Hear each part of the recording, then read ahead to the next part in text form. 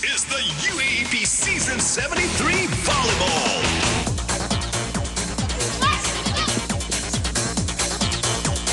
After a strong start, the rust has shown in the game of UE. Very little practice after the holidays. They all started in last Monday. Only 7 of the lineup of UE, while LaSalle, all of them came together, practiced a lot, only missed a few days during the holidays, and it showed as they took out UE in set number 1, 25-17. Well, yeah, that's right. The lechon showed already after a few points coming from UE, and LaSalle again just made their presence felt in this first set. As they weren't rattled at all during the first technical timeout. You could see that they knew what to do. After that, it was all LaSalle all the way taking this first set.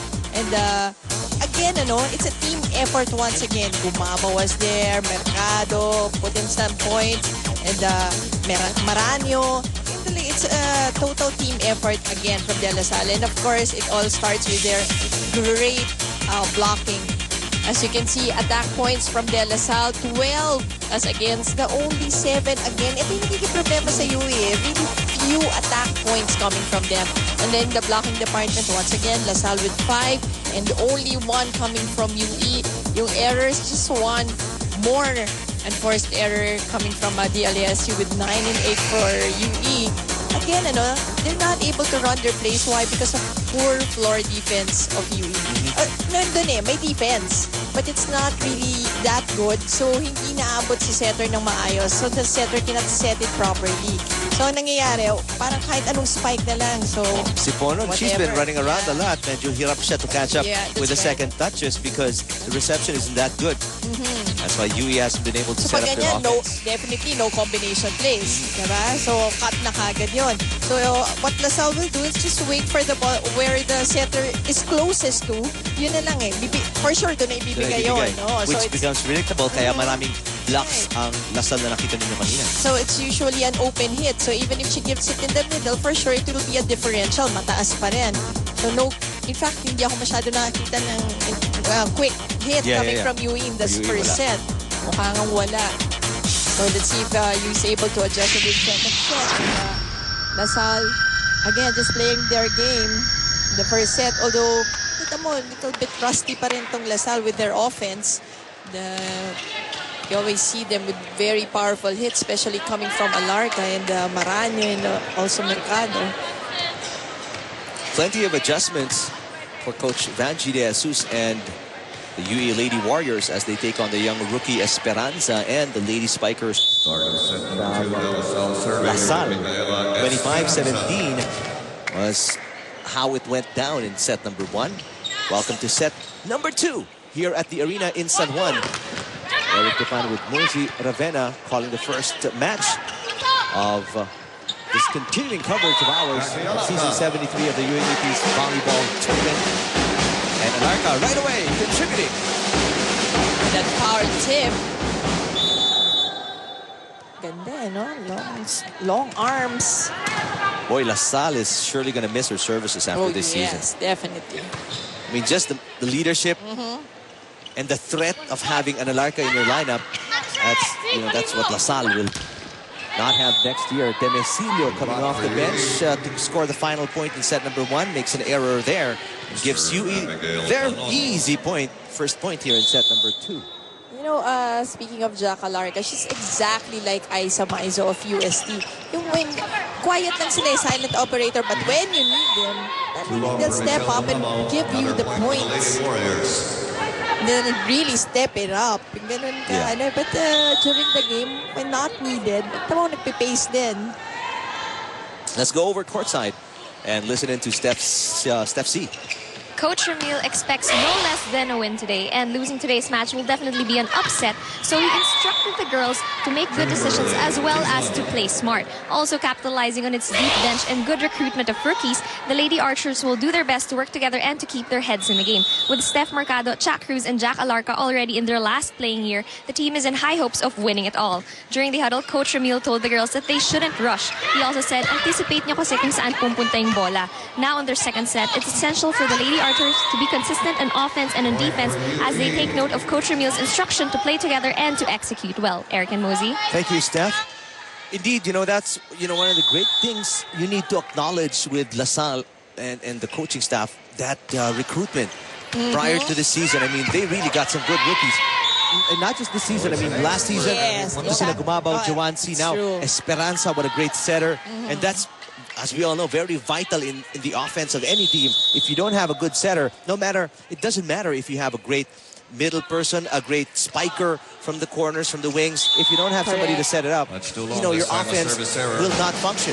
Definitely. And imagine Esperanza already playing this much on her first year. So ibig sabihin, matagal na pinapanood ni Coach Ramil to at inaabangan. And really showing a lot of maturity just on her rookie year. I didn't expect her to play this way.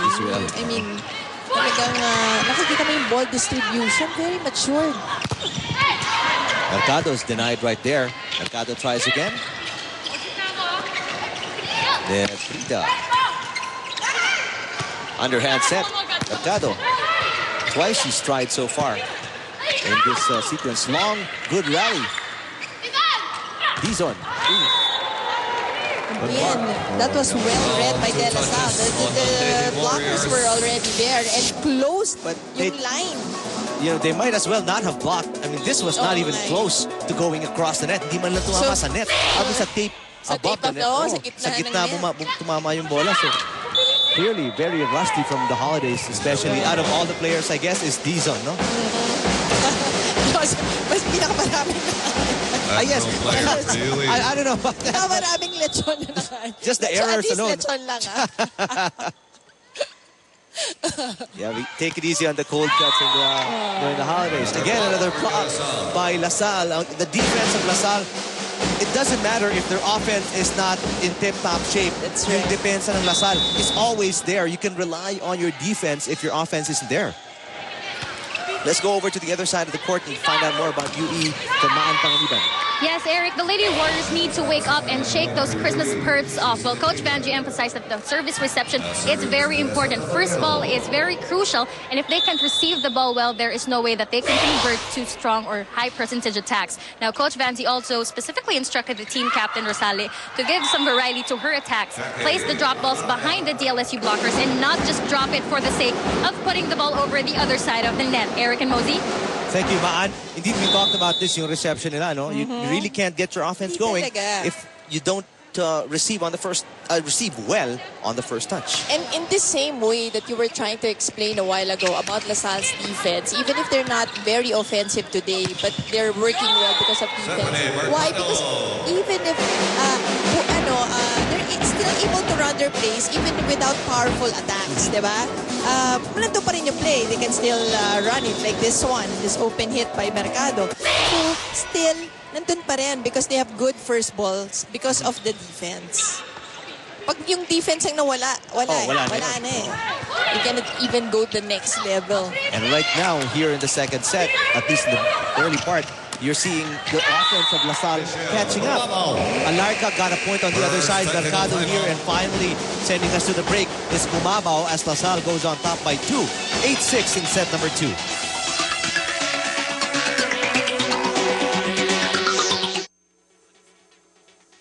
Let's check out the pregame interview of Maan Panganiban with UE's head coach Vanji De Jesus.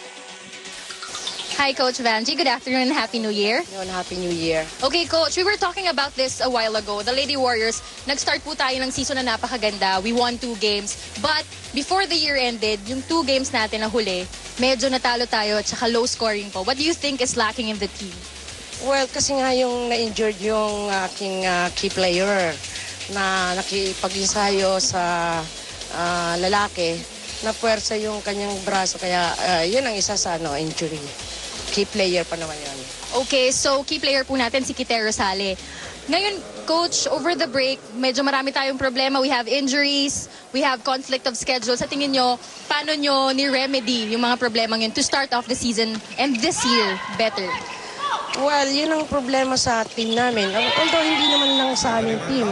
Kaya lang, because of the holiday vacation, nagsiuwian ng mga player. Kaya yun ang isa sa problema. Bumalik lang last Wednesday yung iba. Yung iba, kaya hindi ako kompleto. Although meron silang training, individual, workout. Kaya it's a big difference also. Okay, thank you, Coach. Let's see how the team will fare today. That's it for you guys. The head coach of the UE Lady Red Warriors, Coach Banji De Jesus. So far, UE losing set number 1, 25-17, and they are trying to climb back here. Mali Down pa by pala. 2. Mali pa pala Monday, Wednesday. Abigail. Maybe a short practice session for UE coming into this game. And that's not going to work at this level of Yes, competition. definitely. Short preparation, not putting your head into the game, that's not really going to take you far. And again, against DLSU. Against DLSU pa. I mean, we're talking about a perennial finalist or Final Four contender in the volleyball competition. Mercado on the differential. Beautiful. Stephanie Mercado. Standings getting flashed on top of the scores at the bottom left of your TV screen.